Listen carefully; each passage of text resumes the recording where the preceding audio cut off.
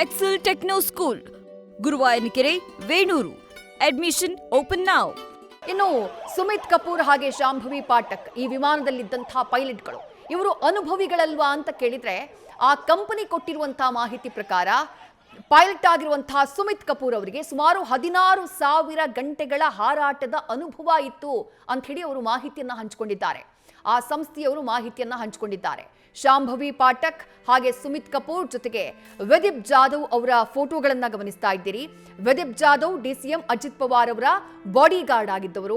ಶಾಂಭವಿ ಪಾಠಕ್ ಈ ವಿಮಾನದ co pilot ಆಗಿದ್ದವರು. ಹಾಗೆಯೇ ಸುಮಿತ್ ಕಪೂರ್ ಈ ವಿಮಾನದ ಪೈಲಟ್. ಸುಮಿತ್ ಕಪೂರ್ಗೆ 16,000 ಗಂಟೆಗಳ ಹಾರಾಟದ ಅನುಭವ ಇತ್ತು.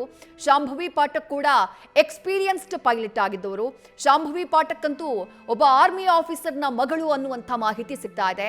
BSc aeronautics, aviation, aerospace science and technology Mumbai ಯೂನಿವರ್ಸಿಟಿಯಿಂದ ಮಾಡಿದ್ರಂತೆ. ಜೊತೆಗೆ ನ್ಯೂಜಿಲೆಂಡ್ ಇಂಟರ್ನ್ಯಾಷನಲ್ ಕಮರ್ಷಿಯಲ್ ಪೈಲಟ್ ಅಕಾಡೆಮಿಯಲ್ಲಿ ಟ್ರೈನಿಂಗ್ ಅನ್ನ ಪಡ್ಕೊಂಡಿದ್ದವರು ಶಾಂಭವಿ ಪಾಠಕ್. ಹಾಗಾಗಿ ಇಬ್ಬರೂ ಕೂಡ ಬಹಳ ಎಕ್ಸಲೆಂಟ್ ಪೈಲಟ್ಗಳಾಗಿದ್ರು ಅನ್ನೋದನ್ನ ಆ ಸಂಸ್ಥೆ ಹೇಳ್ಕೊಂಡಿದೆ. ಬಟ್ ಹಾಗಾದ್ರೆ ಘಟನೆಗೆ ಕಾರಣ ಏನು?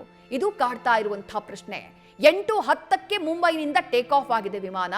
8:45ಕ್ಕೆ ಬಾರಾಮತಿ ಏರ್ಪೋರ್ಟ್ ನಲ್ಲಿ ಲ್ಯಾಂಡ್ ಆಗಬೇಕಾಗಿತ್ತು. ಆದರೆ ಬಾರಾಮತಿ ಏರ್ಪೋರ್ಟ್ ನಲ್ಲಿ ಲ್ಯಾಂಡ್ ಆಗುವಂತಹ ಸಂದರ್ಭದಲ್ಲಿ ರನ್ವೇನಲ್ಲಿ ಇಳಿಯುವ ಬದಲು ರನ್ವೇ ಪಕ್ಕಕ್ಕೆ ಹೋಗುತ್ತೆ ವಿಮಾನ. ಏಕಾಏಕಿ ಕ್ರಾಶ್ ಲ್ಯಾಂಡಿಂಗ್ ಆಗುತ್ತೆ, ಅಪಘಾತಕ್ಕೀಡಾಗುತ್ತೆ, ಪತನ ಆಗುತ್ತೆ, ದೊಡ್ಡ ಮಟ್ಟದಲ್ಲಿ ಬೆಂಕಿ ಕಾಣಿಸಿಕೊಳ್ಳುತ್ತೆ. ಅದರ ಜೊತೆಗೆ ಸರಣಿ ಬ್ಲಾಸ್ಟ್ ಸೌಂಡ್ಗಳು ಕೇಳಿಸಿದ್ದು ಅಂತ ಹೇಳಿ ಪ್ರತ್ಯಕ್ಷದರ್ಶಿಗಳು ಹೇಳಿದ್ದಾರೆ.